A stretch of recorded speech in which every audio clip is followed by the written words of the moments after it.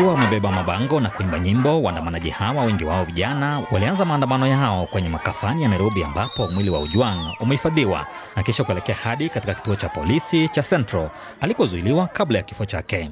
Ile explanation ambayo tunapata kwa the police ni ati alicommit suicide ama alijigongesha mahali. Yet we know this is a lie kwa sababu tumekuwa tukiona mauaji na kiolela na polisi. Hawezi tuua tena watuongoze. Wakishatuua wanaongoza kina nani?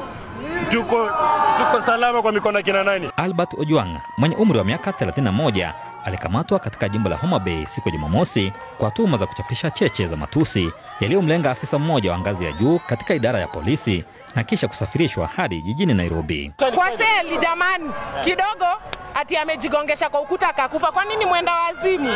Tuna assemble hapa, tunataka justice for Albert, that is what we want.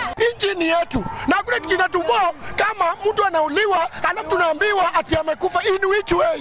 Hakukuwa mwenda wazimu, hakuwa na ugonjwa kichwa, hakuwa na mnamchukua, hakuna nini, hakuna police station Homa Bay. Hata hivyo, ripoti ya polisi inasema kuwa mshukiwa alifariki kwa kujitoa uhai, madai ambayo yamepingwa vikali na mashirika ya haki za binadamu. Hussein Khalid ni afisa kutoka shirika la Vocal Africa.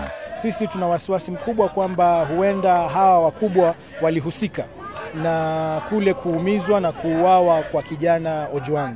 Lazima tufuatilie mpaka wale wahusika wakamatwe. Si mara ya kwanza polisi nchini Kenya kukashifiwa kwa mauaji ya kiolela, haswa vijana wanaopinga sera mbalimbali za serikali. Kisa cha Ojwang kikibua maswali mengi. Victor Muturi, Nairobi, RFI Kiswahili.